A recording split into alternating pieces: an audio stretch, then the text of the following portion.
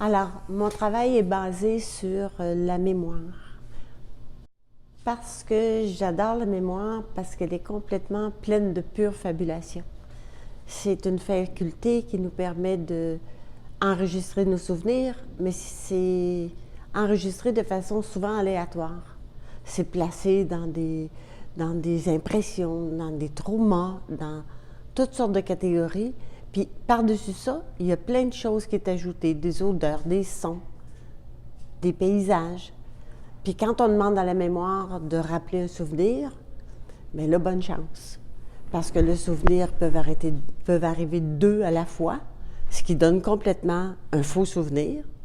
Ça peut être quelque chose qui est modifié selon l'interlocuteur à qui on s'adresse. Tout à coup, le souvenir prend un autre teinte. Donc, c'est un peu The Lady's Tramp. Et ça m'inspire beaucoup parce que le concept que j'y trouve, c'est le concept de la fabulation et de la distorsion. Donc, à partir de là, moi, je peux m'amuser indéfiniment. Je me trouve une zone porteuse de mémoire, selon où je suis, souvent dans les résidences où je vais. Ce sont des paysages nouveaux, donc je cherche. Je peux trouver des histoires dans des constructions ou dans des lieux naturels. Et puis, je me scénarise des souvenirs. Je les façonne à ma façon. Puis j'en tire une émotion. Par exemple, quand je dessinais dans les vieux murs de Yézi, je me disais, entre les couches de stuc, mon Dieu, que les histoires doivent être fascinantes. Le petit garçon qui se demande pourquoi il louche, c'est peut-être parce que la dernière génération, la cinquième génération, le papa regardait trop les belles filles, puis lui, maintenant, il louche. Je me raconte toutes sortes d'histoires comme ça, et à travers mes lignes, je les raconte, sauf que c'est moi qui sais l'histoire, mais le spectateur, lui, peut s'imaginer aussi un souvenir et en faire du sens avec l'image.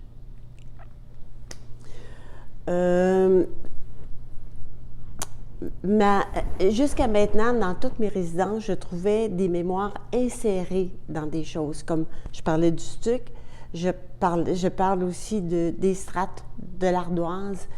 Les souvenirs étaient insérés dans les sédiments entre les strates d'ardoise.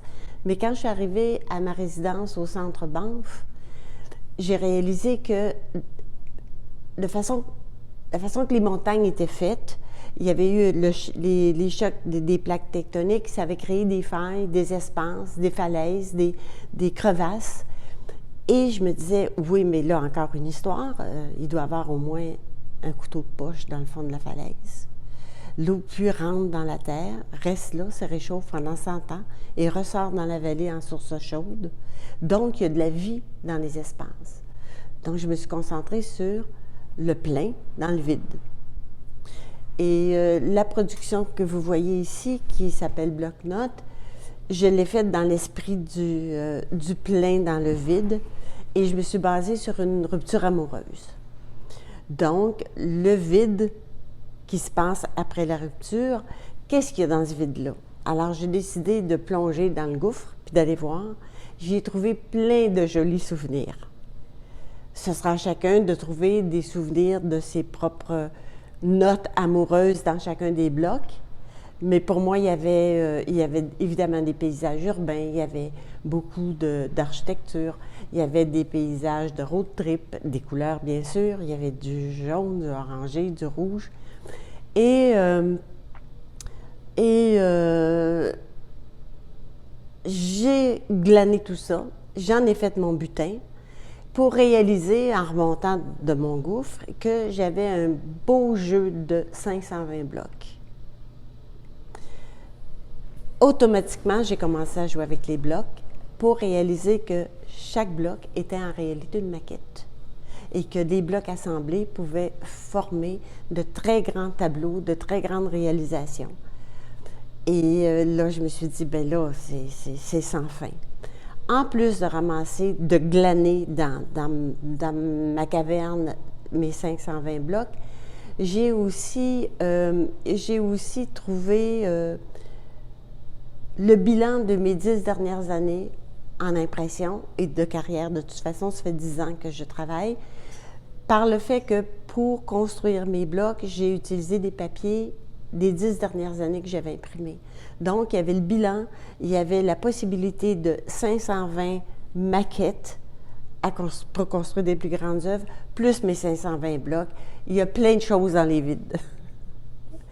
Alors, la suite, c'est de scanner chaque bloc, de construire des images à partir de ces blocs-là et de décider quelle grandeur auront les pièces selon les méthodes d'impression que j'utiliserai. Par exemple, il y a déjà 3 blocs qui sont placés dans ma tête qui vont s'imprimer sur aluminium, qui vont former une pièce de 10 pieds par 40 pouces. J'ai aussi une tapisserie que je veux faire parce que quand on descend dans les cavernes, ça prend un fil d'Ariane. Donc, j'ai décidé qu'une des pièces serait aussi une tapisserie de 10 pieds par 40 pouces. Fait que voilà, je suis partie pour un bon bout de temps. Merci à Gracien Simard d'avoir accepté de réaliser mes blocs et à la galerie Alain Piroir de me recevoir. C'est un grand honneur pour moi.